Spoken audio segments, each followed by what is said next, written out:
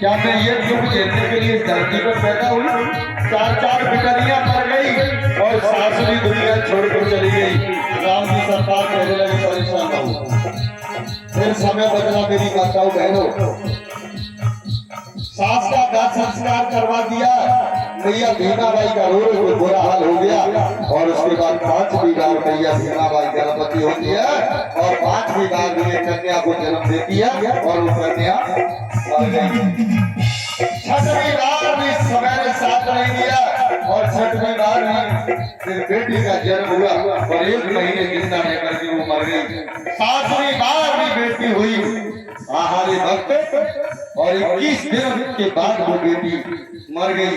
और अब तो दुख का पार नहीं बंधुओं, अब तो ससुर साहब भी परेशान हो गए और जैसे ही 7 बेटियां मरी और इधर ससुर साहब को भी अटैक पड़ गया और वो भी इस दुनिया को छोड़ कर चले गए। अब मैया भीमाबाई का हाल खराब हो गया, रो रो के और राम जी सतपाल के गले से लिपट गई, कहने लगी सुनो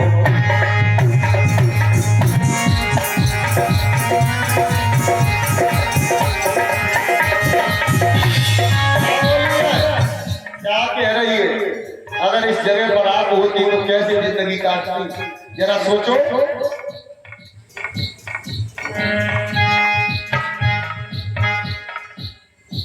अरे गले चिपट गई सजना के जाके टूट गई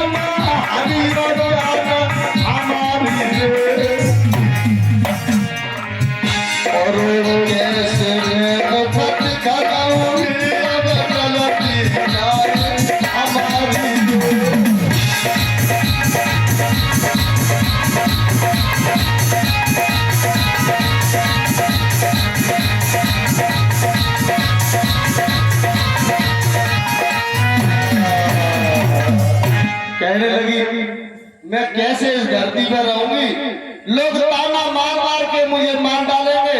7 बिटियां खा गई और 7 ससुर को भी खा गई।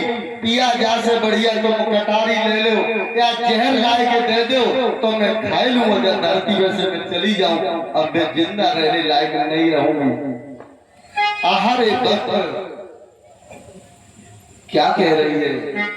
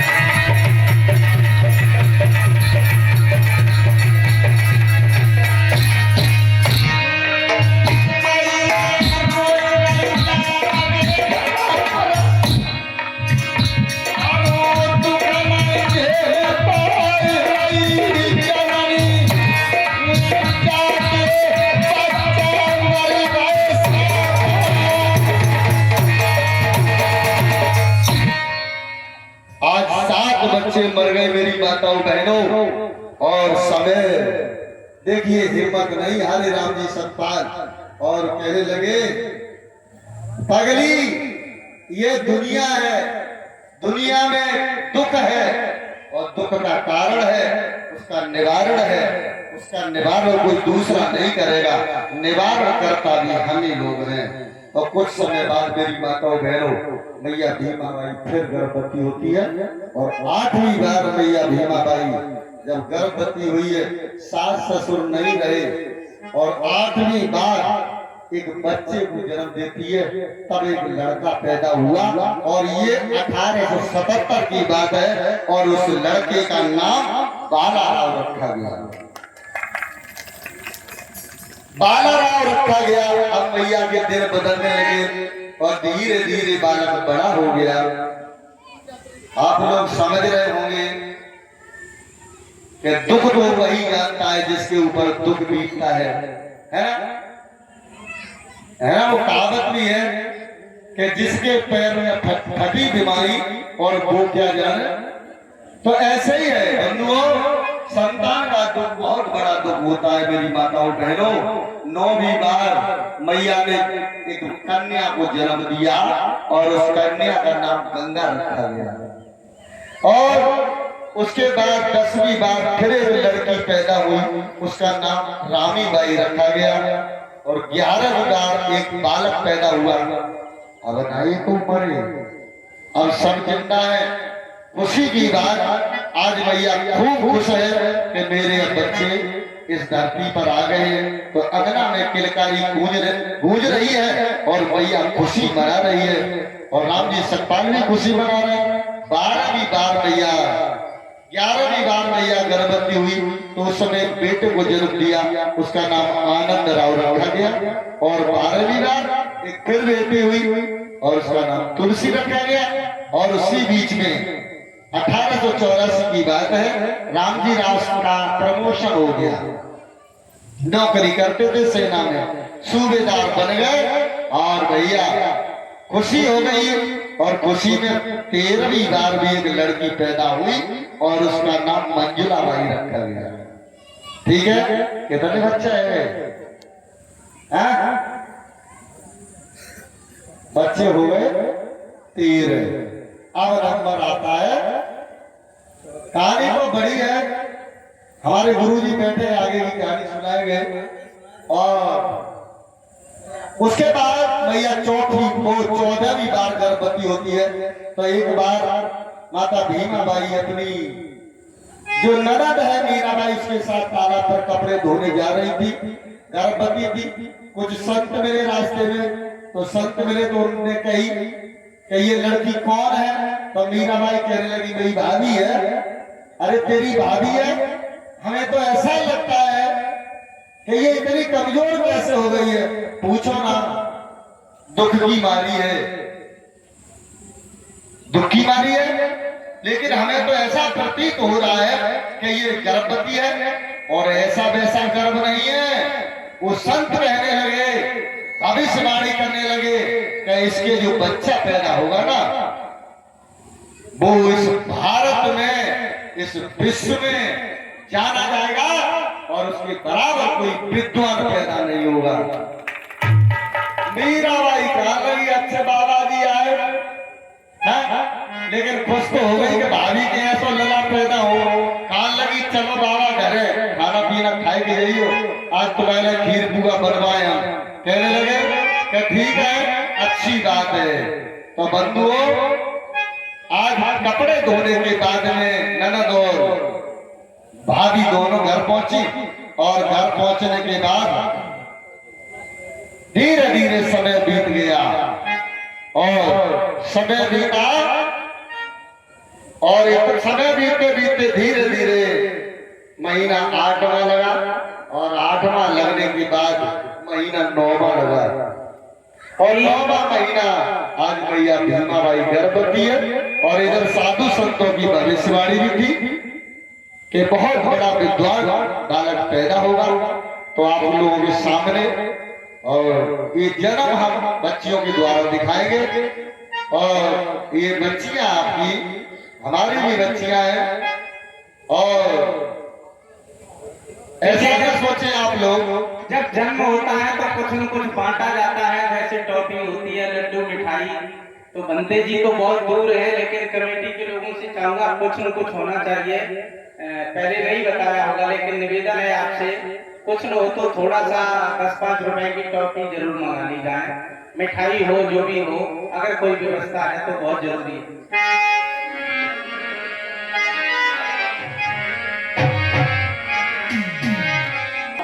तो मैया भीमा बाई के दर्द होने लगे। अपने पिया से बोली कि मुझे बहुत परेशानी हो रही है। तो पड़ोस में एक सीताबाई रहा करती थी, तो उनको बुलवाया गया और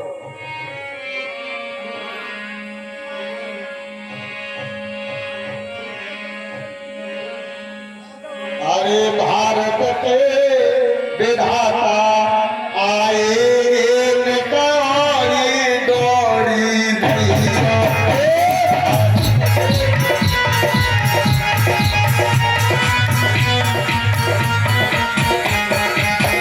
भारत के विधाता आए होशियारी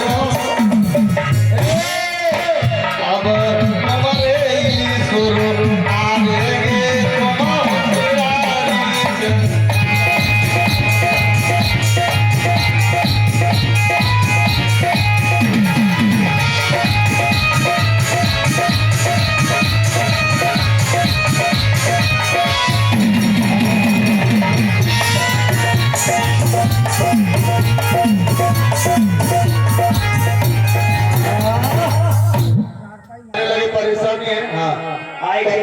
राम जी सतपाल गए और सीता बाई को बुलाए लाए, पूछने लगी क्या बात है भीमा कैसी परेशान है ना?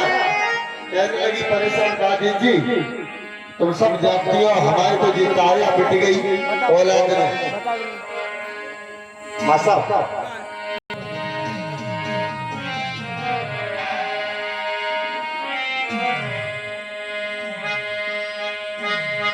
अरे ननद भाभी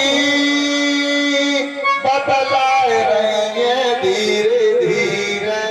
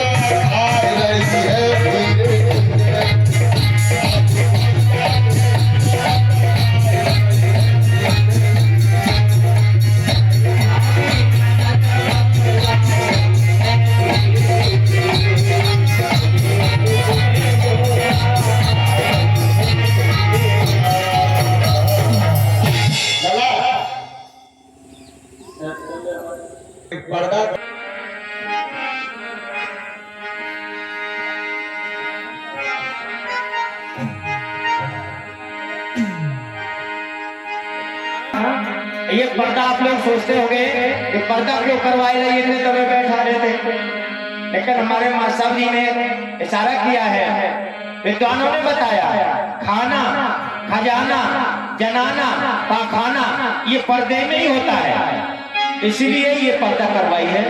अब देखिए किस प्रकार से हमारे मसीहा का आज जन्म होने के लिए जा रहा है।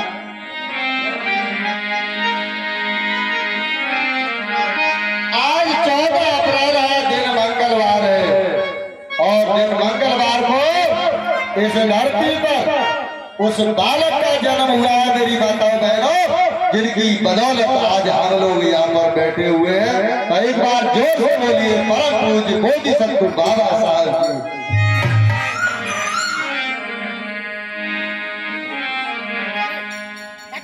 अरे भीमलाएरी अवतार बधैया दैया बाजी रही रे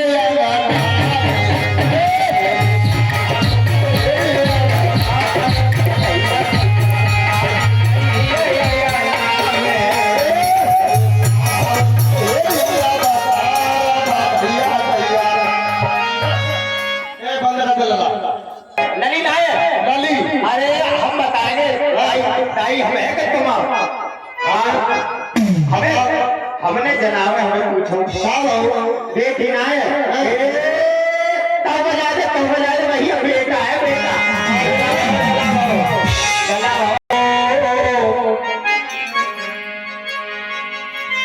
बहनों फूल बरसा